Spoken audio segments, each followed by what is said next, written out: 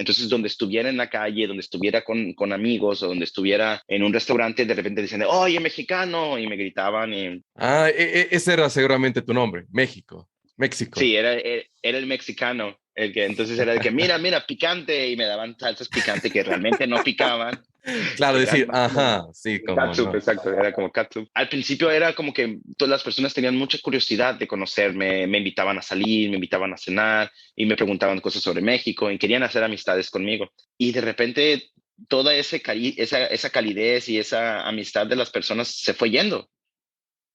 O sea, se fueron reservando para ellos mismos. Exacto, se fueron reservando para ellos mismos, como que estaban empezando a entrar. Acabas de oír a César, quien nos tiene una lección muy importante el día de hoy. ¿Puedes tú meter toda tu vida en solamente 2 maletas y tal vez un bolso? Él, como ya oirás en un momento más, se ha mudado 18 veces de casa. 18.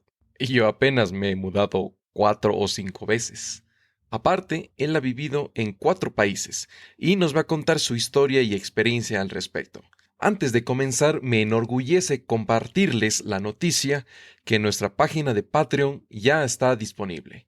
Si te gusta este episodio y el podcast entero y quieres apoyar a los anfitriones Juditova y Frank Sepu, entra a voyageyama.com/Patreon para acceder a nuestro perfil de Patreon.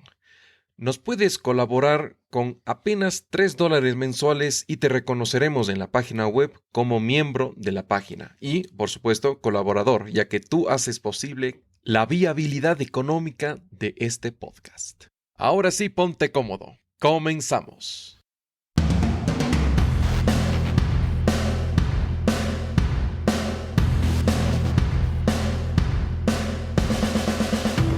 Bienvenido al podcast Audio Viajes. Soy Juditova, viajero, mochilero y políglota. Seré tu anfitrión junto a Frank Sepu, coautor de Voyage Yama. Te contaremos historias fascinantes alrededor del mundo, entrevistaremos a otros viajeros y te ayudaremos a dar el primer paso. Puedes encontrar las notas del episodio, la transcripción y mucho más entrando a voyageyama.com/podcast. Ahí vamos. Mi estimado César, gracias por estar aquí. Bienvenido a Audio Viajes. Hola, Juditova, ¿cómo estás? Es un placer estar contigo este día y estar realizando esta llamada desde diferentes partes del mundo. El honor es mío. Qué bueno que estemos aquí conversando. Bien, estimado César, para los que no te conocemos, cuéntanos un poco sobre ti, sobre tu vida en tu país de origen y cómo te involucraste en tantos países. Bueno, yo soy originario del estado de Sinaloa, en el norte de México, y gracias a la profesión de mi padre, empecé a involucrarme con los viajes, ¿no? Mi padre es comerciante y tiene un taller de refacciones, pero me acuerdo yo que cuando estaba pequeño me invitó una vez a acompañarlo a China porque quería empezar, tenía la idea él de empezar a importar llantas para venderlas en México. Entonces fuimos a China y fue la primera vez en mi vida que salí de México en el 2010, en el 2006, perdón, y fue como que la primera vez que sentí Que esa. tocaste ese lado de, bueno, ¿y dónde estoy parado? ¿Qué es este Exacto, lugar? exacto, cuando te diste cuenta de que, wow, no estás en tu país, no estás en tu casa, la comida es diferente, el idioma es diferente, los olores, la arquitectura, entonces como que esa pasión, esa curiosidad Curiosidad. por conocer, Ajá. esa curiosidad por conocer más fue creciendo, ¿no? Fue a partir de ese momento que decidí y que me dije a mí mismo, oye, tienes que conocer el mundo, o sea, el mundo es muy grande, no Muy, te muy quedes en tu grande rancho. y he estado mucho tiempo en un solo país, de ley. Sí, sí, esa Exacto, curiosidad yo exacto. también comparto. Bueno, entonces cuéntanos, en China, ¿qué fue lo que más te chocó? ¿Qué ciudades visitaste? En China estuve en 4 ciudades, estuve en Beijing, en Shanghai, en Xi'an y en Hong Kong. Obviamente llegar a Hong Kong volando desde Los Ángeles, recuerdo, es indescriptible esa ciudad porque son junglas y junglas de asfalto con edificios y con personas y con ventanas y ruido y carros. Entonces es una ciudad súper cosmopolita, gigantesca, que imagínate un niño de 15 años llegando desde un lugar donde en las calles todavía te encuentras caballos y burros transportando algunas veces maíz, algunas Mercadería. veces Ajá. mercadería o lo que sea, y de repente llegar a un lugar donde la ciudad no duerme esa ciudad, donde los baños eran de 1 metro cuadrado y todo estaba en el mismo lugar y te quedabas como que, a ver, ¿dónde estoy? O sea, ¿qué está pasando? Todo es más pequeño, pero más grande al mismo tiempo. Exacto. Oye, y esa descripción que me diste de la ciudad no duerme, literalmente está con actividad, no sé, comercial hasta en la madrugada. Todo el tiempo. O sea, imagínate autopistas de 4 carriles de un lado y 4 carriles por el otro, manejando por el medio de la ciudad y autos y camiones y todo yendo para arriba y para abajo sin parar. Imagínate personas, un mar de personas caminando en los puentes peatonales para cruzar esas calles, de repente entrar a un pequeño vecindario y oler cosas que jamás has olido, esas especias, esos sabores, esas comidas. En México nosotros utilizamos aceite de maíz como base de todas nuestras comidas y allá, pues me imagino era soya o era cártamo o eran... Entonces, las mezclas de sabores y de aromas son muy diferentes a las que yo conocía.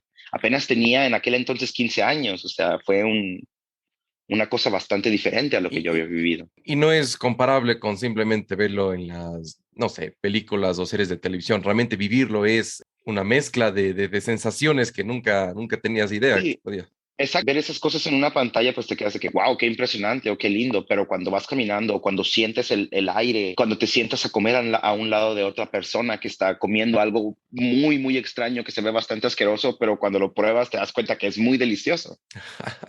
Increíble. Y me dejaste con un poco de hambre con la siguiente pregunta. ¿Qué fue lo más delicioso y extraño que probaste en China?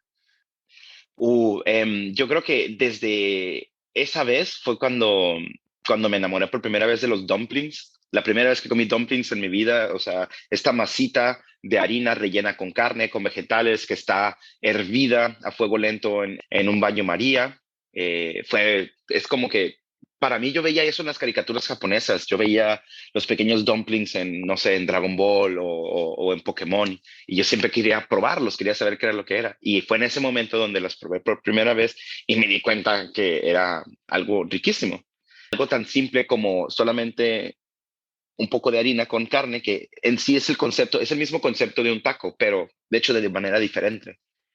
Qué nota. Y entre lo más raro, yo creo que una vez vi una cosa que parecían como gusanos Ajá. transparentes que estaban cocinados, pero tenían como, sí, o sea, eran imagínate como estos gusanitos de dulce, los que son los de gomitas, las gomitas esas que son de gel, de gelatina o lo que sea. Ya, de acuerdo, como los ositos de Haribo. Exacto, como los ositos de Haribo, pero de forma de gusano, así gorditos, y los tocabas y cuando el momento de que los tocabas explotaban y se les salía un líquido. Entonces, ¿qué es esto? Era algo muy extraño, la verdad. Qué nota. Qué increíble. Me has dejado sin palabras. A ver, César, pasemos ahora al tema de Alemania 2008-2009. Tú fuiste de intercambio a este país y ahí fue donde nos conocimos. De hecho, cuéntanos primero qué pensabas antes de irte a Alemania. ¿Por qué escogiste Alemania y no, no sé, un país asiático o tal vez Norteamérica? No sé, cuéntanos sobre tu preferencia de viaje. La verdadera razón fue porque quería aprender un tercer idioma. Cuando yo tenía 17 años, en el año que me dieron la oportunidad de irme para Alemania, yo ya hablaba inglés. Tenía un inglés bastante avanzado, obviamente no lengua madre, pero yo quería aprender un tercer idioma. Y yo sabía que en un año no iba a poder aprender ruso, en un año no iba a poder aprender chino o japonés.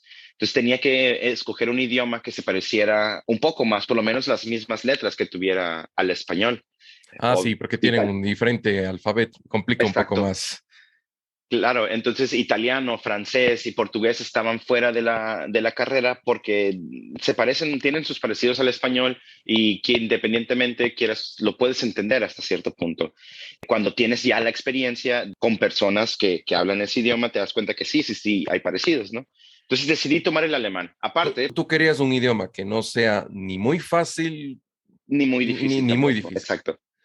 Y para mi buena suerte, Alemania estaba en el centro de Europa. Yo había escuchado que existía dentro de la organización con la que hice el intercambio este Eurotrip, donde se montaban a un autobús 60 chamacos de 16, 17 años y se iban a viajar por Europa todos juntos. Entonces yo quería hacer eso, yo quería viajar y conocer junto con personas de mi misma edad, en mi mismo estado mental y Que vivir esa estén en tu experiencia. mismo plan, con tu misma mentalidad. Exacto, con la misma mentalidad, con mis mismas ideas, igual de abiertos a conocer tantas cosas como yo. Entonces esa fue la razón por la que decidí tomar Alemania. Fue un proceso un poquito raro y complicado, pero al final lo logré y me vine a Alemania en ese año.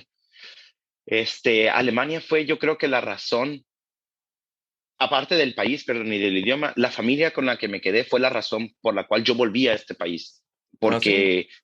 porque me enseñaron el idioma, me enseñaron la cultura, me integraron en su Te familia, me volvieron recibieron en parte, su me hogar. recibieron muy bien, exacto, y eso fue lo que hizo que me dieran ganas de volver a este país. Y desde entonces estoy, bueno, no desde entonces, no, pero estoy aquí y Justamente ahora por eso estoy estás aquí. el día de hoy ahí. Oye, Exacto. cuéntanos los primeros 2 meses, ¿qué choques culturales tuviste, tanto los buenos como los malos en Alemania? Una de las cosas que es importante mencionar aquí es que el lugar donde yo vivo en México está más o menos a la altura del trópico de Cáncer y Alemania está arriba del trópico de Capricornio, entonces por lo tanto tienes una diferencia de altitudes en el planeta diferentes. En mi región no existen las estaciones, ya tenemos verano e invierno solamente. Y en Claro, Alemania, cuando llueve y cuando no llueve, prácticamente. exacto. Entonces, en Alemania yo llegué en septiembre y de repente me empecé a dar cuenta que los días estaban haciendo más cortos, más cortos, más cortos, más cortos y había menos luz. Entonces, con el tiempo te diste cuenta que cuando antes oscurecía a las 9:30 de la noche, ahora está oscureciendo a las 8 y de repente oscurece a las 7 y de repente oscurece a las 6. Entonces los días se hacían más cortos y uno de los choques culturales más grandes que tuve fue adaptarme a los cambios de los tiempos del día, porque aquí se aplica de que hay primavera, de que hay otoño, de que hay verano, de que hay invierno. Bien definido. Exactamente. Y marcados de que en una semana cambia el clima completamente de caliente a templado y de repente de templado a frío. Y lo puedes ver en las ¿Cómo hojas. fue esa experiencia? No sé qué temperatura mínima hace en Sinaloa, pero seguro en Alemania hace mucho menos. La, Qué tal fue ese choque? sí, en Sinaloa nosotros tenemos durante el verano temperaturas de hasta 40, 42 grados y en el Ah, invierno las mínimas son de 9, 10 grados durante la noche y por 20 o 30 minutos porque es el punto más frío de la noche. En Alemania, en el verano, ellos tienen, últimamente ha sido diferente, pero no, antes eran temperaturas de entre 20 y 25 grados en el verano, pero en el invierno puede llegar hasta los menos 12, menos 15 grados. La temperatura más baja que yo viví fueron menos 23. no fríes, ¿en dónde estabas? Estaba en las montañas, en el Harz, en Alemania. ¿Al sur, cerca de los Alpes? No, de hecho no, existe el pico más alto de Alemania, está en el estado de Niedersachsen y está en el norte, centro norte de Alemania. Y en ese Ah, lugar cae una cantidad increíble de nieve. Imagínate que hay un tren como el de Harry Potter que viaja por ahí. ay, Una quiero, que eso era tan fantástico. Sí, todo blanco, muy lindo, la verdad, pero pues muy frío también. Sí, por supuesto. Bueno, ahora cuéntanos lado negativo. Cuéntanos sobre tu experiencia, algo, tal vez tuviste problemas, tal vez alguna cuestión no te gustó. Cuando estuviste con tu segunda o tercera familia de intercambio, me Sí, acuerdo que una vez me habías contado en la agencia de intercambio que no te recibían muy bien en tu casa. Ni bien llegabas a la casa, decías hola, hola, te miraban con mala cara y decías, ay, bueno, ya llegó este señor otra vez. A mí me ha pasado y quería preguntarte, bueno, ¿cómo fue esa experiencia? ¿Cuánto tiempo duró? ¿Qué otro choque cultural negativo tuviste? pues con la segunda familia con la que viví, siempre que quieras o no creas una relación bastante cercana con las primeras personas con las que vives. Y cuando yo llegué a la segunda familia, ellos ya habían tenido a un intercambio antes y con ellos se habían hecho buena relación, pero tenían una manera de expresar sus curiosidades bastante extrañas.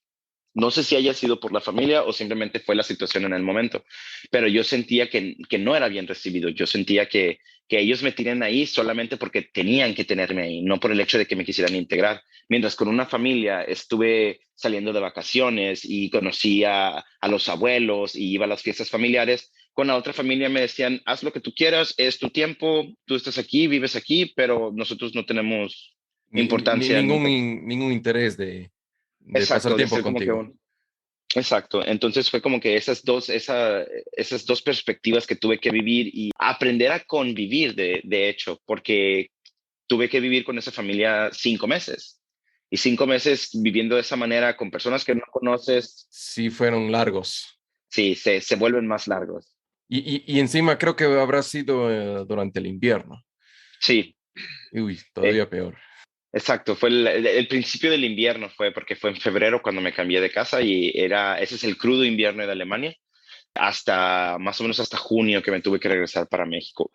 O sea, eran buenas personas, eran personas muy amables que se tomaban el tiempo de preguntarme cómo estaba, pero no me integraban en su vida cotidiana, Mm, que es diferente, ¿no? Porque pueden pensar muchas personas de que, es que eran racistas o no les gustaba que estuvieras en tu casa. No, no tiene que ver con si eran de esa manera, simplemente los alemanes son personas muy reservadas. Puedes encontrar personas que son muy abiertas, los cuales es raro, pero lo más común es que te encuentres personas con las cuales no tienes la facilidad de abrirte con ellos porque necesitas tiempo. Son personas que requieren tiempo para poder acercarse a tu vida privada, porque ellos tampoco quieren que te acerques a su vida privada. Y eso también es respetable. ya. Ese podría ser uno de los choques culturales más fuertes que tuviste. Sí, porque en Latinoamérica tú conoces a una persona y en cuanto la conoces la saludas de beso, le das un abrazo, se van de fiesta y ya son amigos. En Alemania primero empiezas siendo compañero de escuela, después sigues siendo conocido, después eres amigo y después de eso ya eres Eres íntimo. íntimo. Exacto. Tienes que prácticamente ganarte la confianza. Es un proceso más largo. Exacto. No son tan cálidos. Tal vez algún otro choque cultural que tuviste. Una de las cosas también fue la puntualidad. La puntualidad en Alemania es una cosa que es súper Es sagrada, importante. casi. Es sagrada, exactamente. Yo recuerdo estar parado 30 minutos, 40 minutos más tiempo en una estación de tren, porque por un minuto perdí un tren que iba a mi casa. Entonces, ni modo, te toca esperar por no ser puntual. ¿Qué tal? Y bueno, y los trenes y los buses llegan súper puntual o máximo un minuto tarde o un minuto antes Cuando incluso. mucho, sí. O sea, incluso tienen un sistema de control en el cual tú estás viendo qué bus viene, a qué horas llega y cuánto tiempo falta para que llegue y cuándo es el siguiente.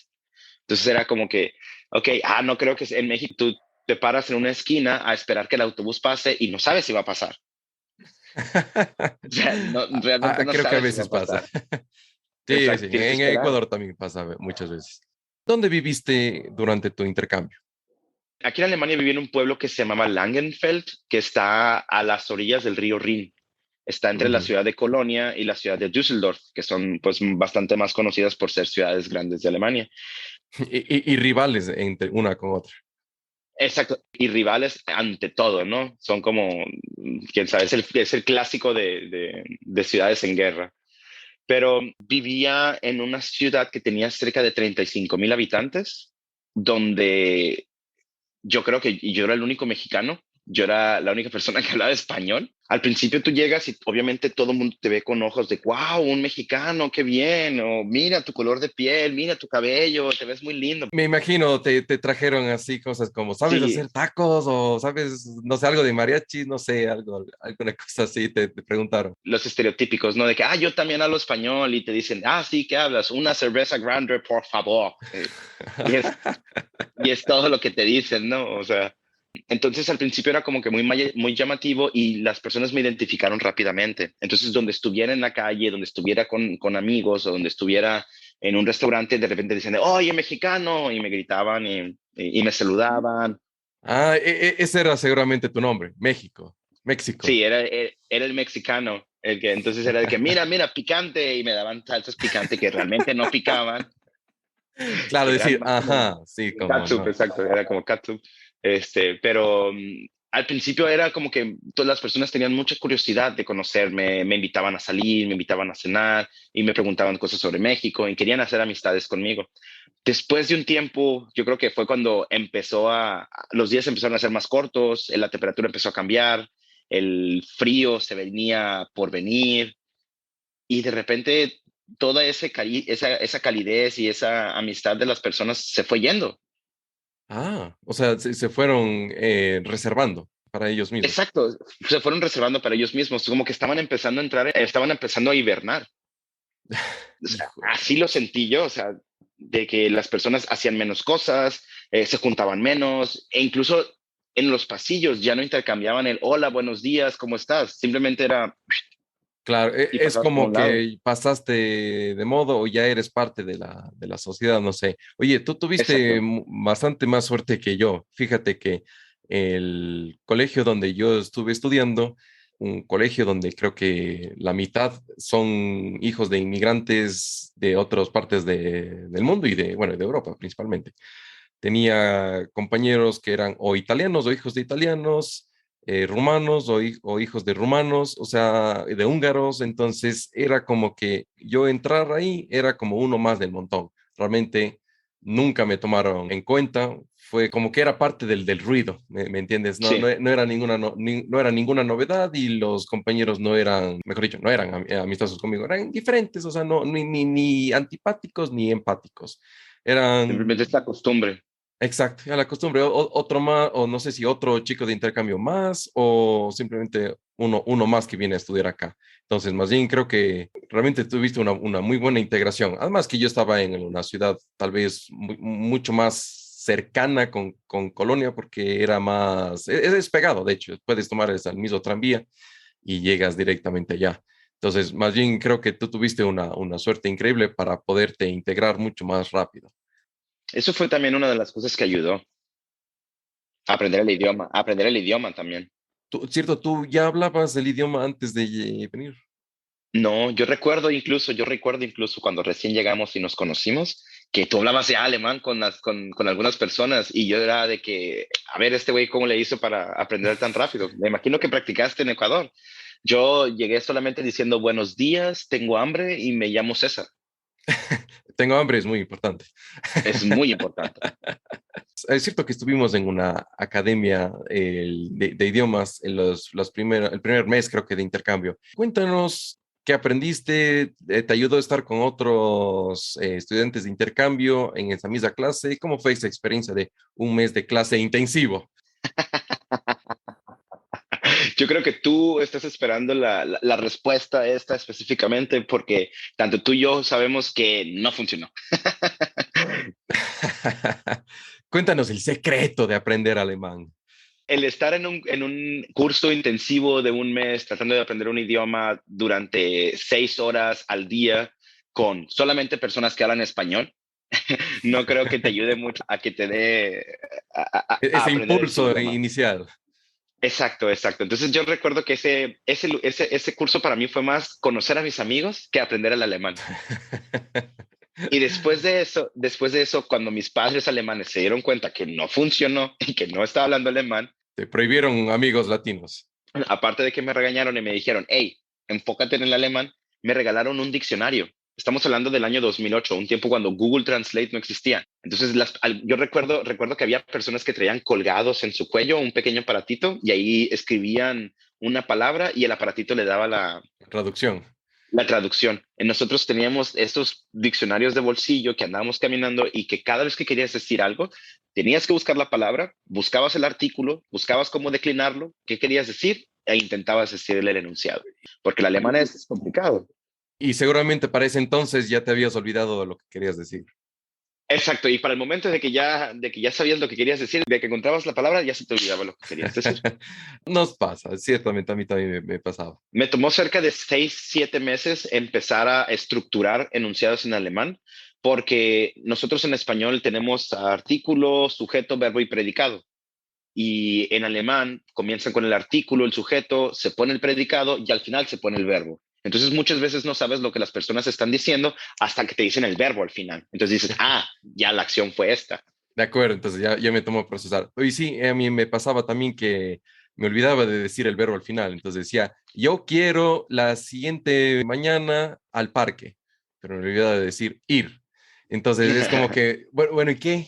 No me entendían los alemanes. Tenía que, sí, ir. Sí, me había olvidado. A ver, avancemos. Realmente tu historia me resulta tan cautivadora y sobre todo como que me recuerda a esos años de intercambio, de curiosidad, de una cultura y bueno, vivir entre las tribus germánicas. Cuéntame ahora sobre tus siguientes viajes. Me contaste en la conversación anterior que habías vivido en Italia y Canadá. Bueno, cuéntanos, ¿qué te motivó, qué te llevó a estos lugares? Bueno, después de que regresé de Alemania, tenía que terminar mi preparatoria, ¿no? Para poder continuar el siguiente nivel de la vida que vendría siendo la universidad. Preparatoria es el colegio o la escuela secundaria. Sí, en México tenemos la escuela primaria, que son 6 años, luego la secundaria, que son 3, y luego el bachillerato o preparatoria, que son otros 3 años. Entonces terminas estudiando 12 años en total, ¿no? Terminando la preparatoria, decidí estudiar biotecnología. Decidí enfocarme en el área de las plantas, me decidí enfocarme porque Sinaloa es un área productor de alimentos y para mí eso era importante, ¿no? Pero al mismo tiempo también quería estudiar algo que me permitiera salir y me permitiera viajar y me permitiera integrarme en cualquier parte del mundo. Y la agronomía y la tecnología, pues todo el mundo come, ¿no? Entonces en todos lados tienes que hacerlo. Salí de mi casa a los 19 años, de la casa de mis padres, Eso y fue me un año fui. después de regresar de intercambio. Exacto, un año después de regresar del intercambio, al terminar la escuela, me fui a la universidad, estudié y viví en la ciudad de Culiacán, en Sinaloa, también en el estado de Sinaloa. Después de eso me mudé a la ciudad de Querétaro, porque la carrera me permitía moverme de estado. Y después de eso me mudé a la ciudad de Monterrey, porque la carrera que yo estaba haciendo requería de estar en la ciudad de Monterrey por la tecnología de la universidad. En la universidad, por medio de la universidad, tuve la oportunidad de hacer un intercambio en Canadá y viví 6 meses en la ciudad de Vancouver, estudiando en la universidad en la ciudad de Vancouver. Después de eso, lo cual fue otra experiencia completamente bonita, porque es lo mismo que el intercambio que viví en Alemania, pero a un nivel un poco más adulto, con más experiencia de vida, Más responsabilidad. más responsabilidades, estudiando y tuve la oportunidad de conocer a muchas personas de nuevo de muchas partes del mundo. Vivir el ambiente de la Universidad de Canadá es parecido mucho a las películas que ves de las universidades de Estados Unidos. Entonces también fue una experiencia muy bonita. Donde todo es fiesta y fiestas grandes de alcohol en vasos rojos. Exacto, exacto. Donde todo parece que son como comunidades de personas, como las fraternidades que les llaman. Y fue una experiencia también linda. Ahí fue donde conocí a mi pareja de aquel entonces, de mi tiempo, y era una chica italiana. Y obviamente a donde la chica te pide que vayas, cuando un hombre está enamorado, pues él va a donde tienen que ir, ¿no? Y eso me llevó a Italia. Vaya, Esto me llevó a que me fuera a Italia 6, 7 meses a convivir con su familia, a entender la cultura de los italianos, la comida de los italianos, las tradiciones también, aunque fue un tiempo corto, pero me ayudó bastante, ¿no? A entenderlo. Y entre una de esas pequeñas experiencias, perdón, tuve la oportunidad de trabajar para un viñedo. Entonces, imagínate a este chico en ese entonces de 22 años cortando uvas en un campo de uvas en Italia, recogiéndolas, poniéndolas en un tractor para después fermentarlas, convertirlas en vino y que empiece de nuevo todo el proceso, ¿no? pudiste ahí, me imagino, aplicar mucho de tus estudios sobre biotecnología, agricultura. Esa era la intención, claro, esa era la intención, porque era pasar no solamente de la agronomía del campo y de la fruta, sino también al proceso industrial de producción de vino. Entonces tuve la oportunidad de ver tanto desde la cosecha, donde yo estaba cosechando la uva directamente, hasta el proceso de fermentación y embotellamiento en las cantinas, y en una región específica de Italia, muy, muy pequeña, con una variedad de uva bastante única, produciendo un vino bastante único. ¿Cómo se llama la población donde viviste? La región se llama Piacenza. Ujú. Y ¿Esto está al norte o al sur? está en el norte de Italia, centro norte, no está en el norte en la frontera Austria. con Alemania y Austria, sino que está cerca de Milán, cerca del área de Mm, Milán, pero sigue siendo el norte. bene, bene. A ver, otro tema muy cautivador para mí es que en la conversación anterior me comentaste que en total te has mudado como 18 veces, o sea, has vivido en 18 casas o departamentos diferentes. Correcto. Bueno, primero que nada, cuéntame cómo es, o sea, ya no sé si decírtelo nómada de temporada o cómo es el apodo correcto, pero qué interesante, cómo es mudarte tantas veces y dejar lo que conoces atrás, o sea, en ciertas ocasiones. Claro, al principio es un poco raro, porque recuerdo que las primeras veces que me mudé, en el momento que llegaba, observaba la habitación vacía y decía, wow, esta va a ser mi casa. Y al momento que me iba de ese lugar, volví a observar la habitación vacía y le decía, gracias por el tiempo que me diste. Y me iba. Desde los 19 años tengo viajando y moviéndome. He estado en 18 casas. No significa que una casa por año. A veces fueron hasta 5 casas en un mismo año o 6 casas en un mismo año. Y siempre ha sido con solamente 2 maletas detrás de mí. ¿Cómo metiste tu vida entera en dos maletas y tal vez un bolso? 2 maletas, una en cada mano. Y la verdad es ahí es cuando te das cuenta que realmente no necesitas tantas cosas, solamente necesitas tu ropa, porque a donde vayas encontrarás una silla, a donde vayas encontrarás Un una mesa, escritorio, una un cama, escritorio, lo que sea lo encontrarás a donde vayas, porque eso, hasta un cuadro X lo tendrás siempre donde exacto. vivas. Yo creo que tengo desde los últimos 5 o 6 años con la misma ropa. No he comprado ropa nueva tampoco. ¿Qué Ese es nota? O sea, no, o sea, tú dejas, mejor dicho, ya tienes más o menos definido tu ropa, no dejas algo de ropa donde en tu casa anterior y compras nueva en la ciudad o casa donde te vas a mudar. No, de hecho, trato de utilizar la ropa el mayor tiempo posible hasta que se rompa o hasta que ya no sea utilizable. Así esté descolorida, así tenga manchas, es solamente ropa. No, lo único que sí cumple su función y mientras cumpla su función, adelante. Lo importante es solamente abrigarte en caso de estar Y, en países y, fríos. y en lo posible crear memorias con esa ropa. Exactamente. Entonces tengo, por Esa ejemplo, es la función. sí, tengo y cuando hago viajes pequeños, tengo mis pequeñas mochilas de viaje también. Entonces tengo una pared donde tengo mi mochila del intercambio de Alemania, mi mochila de mi primer Eurotour, mi mochila de la vez que fui perdón, para Vancouver. Y ahorita acabo de comprar mi nueva mochila. Ese es como mi timeline. Ese es como que el periodo de mi vida lo represento en mis mochilas de viaje. Qué nota, qué fascinante.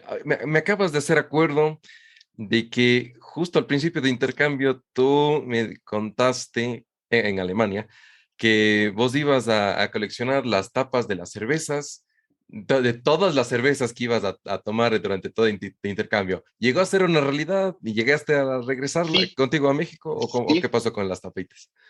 Tengo cerca de 350 tapitas de cerveza en México, solamente de las cervezas que tomé en ese año en Alemania. Están guardadas en mi caja de recuerdos en la casa de mis padres. Y aquí en Berlín tengo otra cajita con cerca de 120 de todas las que he tomado en los últimos 5 años, porque son nuevas, son cervezas nuevas al final de cuentas. Y en Alemania hay cerca de 3,000 diferentes marcas de cerveza. Wow. Eso fue uno de mis retos, de hecho, al principio del intercambio. Yo dije, bien, tengo que probar todos los tipos de cerveza que existen en Alemania. Sabía que eran más de 3,000, entonces dije, bueno, empecemos con una cerveza nueva al día. Entonces, literalmente yo estuve tomando creo que medio litro de cerveza y siempre intentaba variar entre los tipos de cerveza hasta que ya se empezaron hasta que mi familia de intercambio se empezó a molestar conmigo. Dice, no puedes tomar cerveza o traer alcohol todos los días a la casa. Y dije, bueno, ya, está bien. Sí, son esos pequeños recuerdos. Sí, son memorables. A ver, cuéntanos ahora que vives en Berlín. Hace unos años estabas estudiando en Gotinga, en Göttingen, ¿no es cierto? Al centro de Alemania. Sí, Bueno, cuéntanos, ¿qué te motivó regresar a Alemania? ¿Por qué estás ahí otra vez? cuando terminé mi universidad, cuando terminé mi carrera en México, estuve trabajando 2 años primero en una empresa de producciones de semilla, luego estuve trabajando en un laboratorio de cultivo de tejidos y luego estuve trabajando con un agricultor de mi región que producía chiles y que producía una gran cantidad de chiles para México, ¿no? Me di cuenta que las tres cosas eran lindas, pero no me llenaban del todo, no me hacían tan feliz como pensé que lo fueran a hacer. Entonces fue cuando me di cuenta que me faltaba viajar, que tenía mucho tiempo en un solo lugar y que eso no era tan lindo como lo recordaba.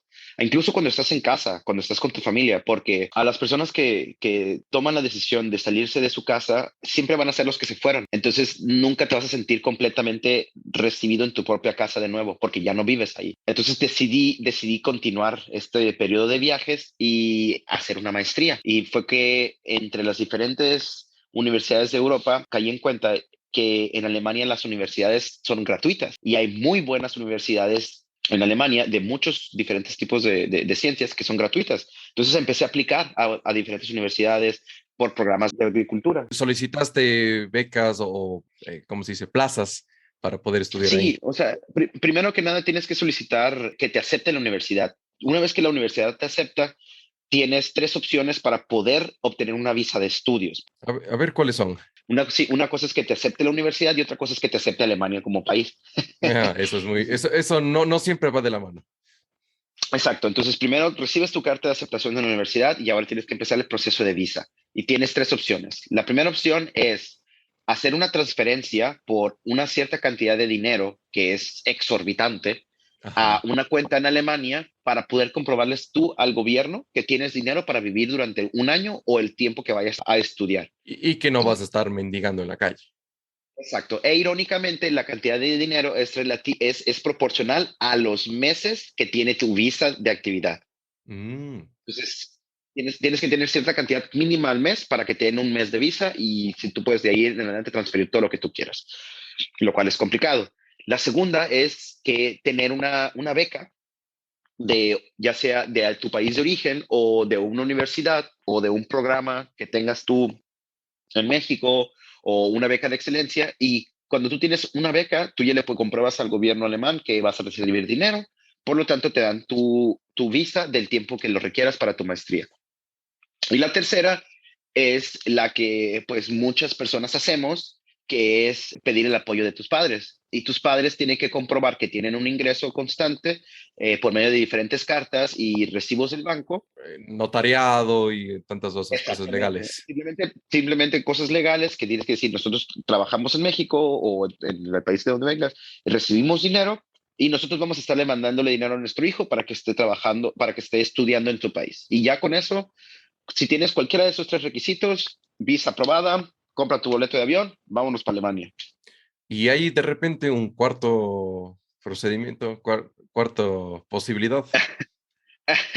Pues la otra posibilidad es venirte y trabajar. O sea, empezar a trabajar en el país, buscar algún trabajo pequeño, pero de todas maneras, por cuestiones legales, Alemania no te permite recibir, si tú no quieres pagar impuestos en Alemania al trabajar, tienes que recibir un ingreso menor de 450 euros al mes. Y Ujú. a partir de ese límite, tú no pagas impuestos. Si no, pagas el 36% de impuestos. Y vaya. Entonces, obviamente como estudiante, uno se quiere quedar en ese límite para poder mantener la mayor cantidad de dinero que puedas. Sí, sí, sí, me imagino. ¿Y si es factible estudiar y trabajar tal vez medio tiempo? O tal vez tú tuviste la experiencia o conoces a alguien que puede o que lo logró hacer así. Yo el primer año que estuve viviendo en Alemania estuve trabajando. Fui mozo y cocinero por un año en un restaurante de comida mexicana. Vaya la redundancia. Vaya la redundancia, que no era comida mexicana, era comida Tex-Mex, era otra cosa. De acuerdo. Te pagan el salario mínimo. El salario mínimo en Alemania es entre 8 y 9 euros la hora, que pues son 9 euros equivalen a prácticamente tres hamburguesas de McDonald's. Ya. Entonces, no es tanto dinero como uno pensaría que es, porque la vida también es más cara. Pero te Pero permite encontrar un apartamento o compartir un apartamento para como poder. estudiante tienes la ventaja, como estudiante tienes la ventaja de que están lo que se conoce como Studentenwohnheim, que son los apartamentos de estudiantes, Ujú. donde la universidad también paga parte de ese dinero y tú terminas pagando algo como 120 euros al mes por una habitación compartida en un piso con 16 personas, que al final de cuentas esas 16 personas son o tus compañeros en la universidad o tus amigos de fiesta. Entonces terminas viviendo con persona con la que haces una hermandad. Qué genial. Oye, y en estos apartamentos de estudiantes, a ver, entre 16 personas, ¿compartes, no sé si decirlo, la misma habitación con con las camas o No, no, es, no, no. Cada persona tiene su tiene propia su habitación. Tú habitación? compartes el área de la cocina y el área de los baños, que generalmente son entre 2 o 3 baños por piso. De acuerdo. Y una cocina con 3 refrigeradores, 4 refrigeradores, donde todo el mundo pone su comida ahí adentro. Ah, perfecto. De acuerdo. Bueno, a ver, ¿qué choques, ahora que estás viviendo en Alemania, qué choques culturales has tenido? ¿Qué has aprendido viviendo en Alemania, bueno, estudiando y trabajando, que no aprendiste cuando estuviste de estudiante de intercambio? Bueno, lo más importante, yo creo que uno de los del choque cultural más grande que he tenido hasta ahora es cómo en Alemania las personas realmente no tienen un apego hacia las cosas materiales. A que cuando tú vas caminando por las calles en en áreas habitacionales, de repente encuentras un sofá en la calle, o de repente encuentras una mesa en la calle, o de repente un televisor o una pantalla de una computadora, porque las personas regalan todas esas cosas después de que las usan o después de que de cierto tiempo, y tú los puedes tomar sin ningún problema. No estás robando absolutamente nada. Las personas lo regalan y lo ponen en la calle para que otras personas puedan tomarlo. ¿Y hay algún letrero que dice esto es regalo? Porque digo, se podría que hasta considerar basura, ¿no? Que están botando basura a la calle y eso es obviamente desagradable.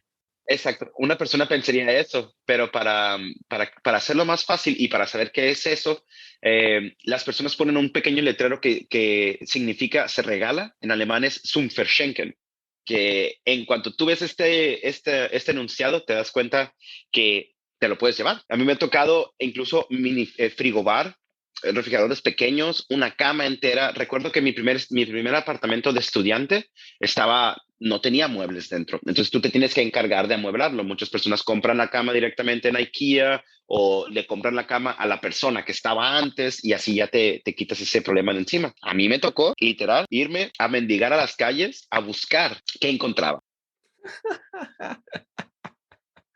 Qué experiencia. Entonces mis amigos me decían de que, oye, en tal calle vi tal cosa y te ibas corriendo en bicicleta a encontrarlo y si estaba ahí, pues lo tomabas para ti, lo pegabas, lo limpiabas, lo acomodabas, lo ponías en tu casa y listo.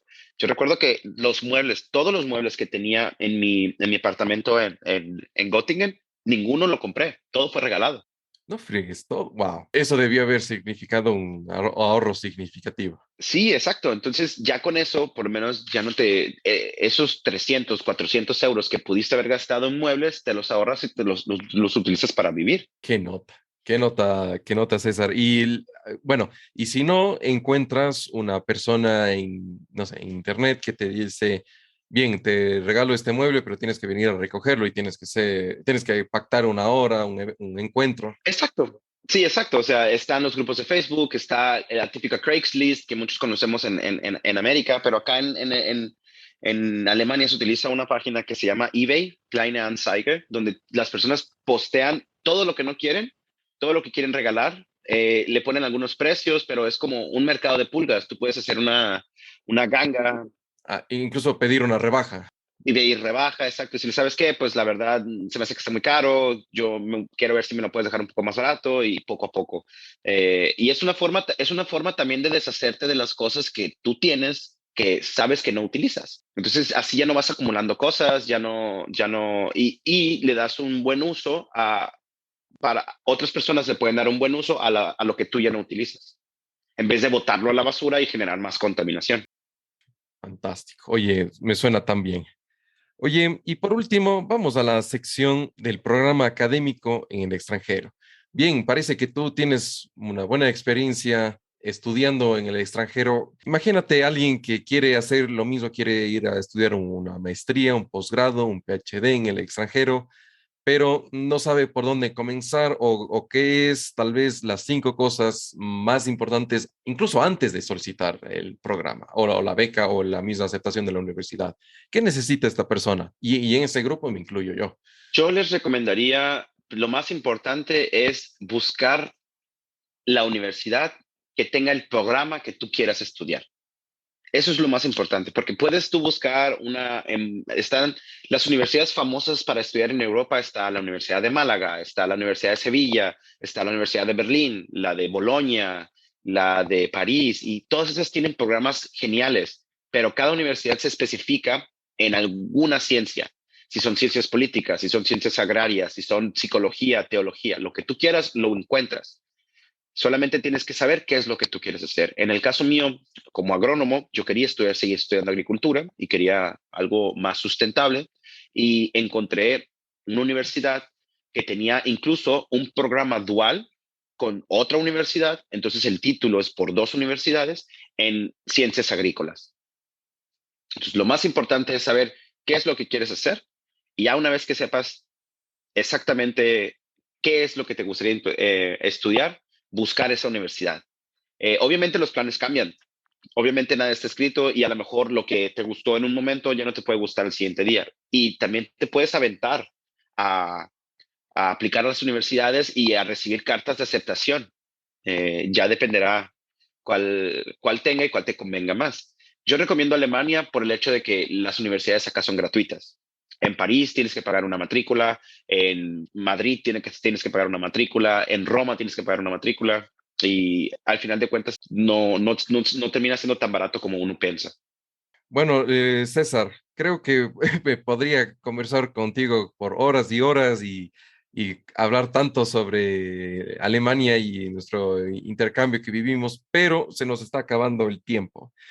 Cuéntanos, a cualquier persona interesada en saber sobre tus viajes, sobre saber un poco de ti, ¿dónde te puede encontrar en Internet? Pues si alguna persona tiene recomendaciones de viajes o de cosas o de cómo venir, cómo inmigrar al extranjero, pues me pueden contactar por medio de mi cuenta de Instagram, que es @cfiguerl. Ujú. Eh, y simplemente mandándome un mensaje, ya yo les contestaré con el tiempo, cuando tenga tiempo, y si no, incluso podemos hacer una llamada, lo que sea. La verdad, el compartir ese tipo de información es linda y es buena para todos. Y yo soy de las personas que piensan que el viajar te da experiencias de vida, te abre la mente, te abre tus pensamientos de una manera superior a cuando estás en casa solamente, porque salir de tu área de confort es lo que hace que evoluciones como persona. Y si no lo haces, entonces siempre estarás donde mismo. Exacto, como que te sientes estancado si estás demasiado tiempo haciendo lo mismo, prácticamente. Exacto. Y es muy lindo, aunque sean pequeños viajes. Uno no tiene que cruzar el Atlántico la primera vez que sale. Pueden ser incluso dentro de su propio país, porque muchas veces pensamos que es mejor irse a Estados Unidos o a Francia o a Alemania porque esos países son bonitos. México es hermoso, Ecuador es hermoso, Venezuela es hermoso, Colombia. Entonces, a veces incluso empezando por nuestros propios países, también uno desarrollamos esas ganas de viajar, esa sensación de trotamundos. Fantástico. Voy a poner, de hecho, tu consejo en práctica muy pronto. Estimado César, muchísimas gracias que estuviste en Audio Viajes. Estuvo genial. Muchas gracias, Juditova, por la invitación y la verdad es la primera vez y la verdad me sentí muy bien en tu programa. Muchas gracias por todo. Y esa fue la entrevista con nuestro amigo César. Espero que la hayan disfrutado tanto como yo. Para todas las personas que deseen seguir y encontrar a César en sus perfiles sociales, dejo un enlace aquí abajo en las notas del espectáculo. Bueno, pues mis estimados oyentes de Audio Viajes, espero que hayan disfrutado, espero que se suscriban donde sea que estén escuchando este podcast y lo más importante es que el blog voyageyama.com está disponible 24/7 desde cualquier parte del mundo. Hay más historias escritas principalmente que ustedes encontrarán útiles y entretenidas. Así que, mis estimados viajeros, nos encontraremos en el siguiente episodio. Un abrazo y ya nos vemos. Eso es todo por este episodio. Espero que hayas tenido tu momento de desconexión. Para más historias, experiencias culturales, entrevistas y consejos, entra en la página web voyageyama.com/podcast. Soy Juditova y no te olvides de suscribirte para no perderte el siguiente episodio. Hasta la próxima.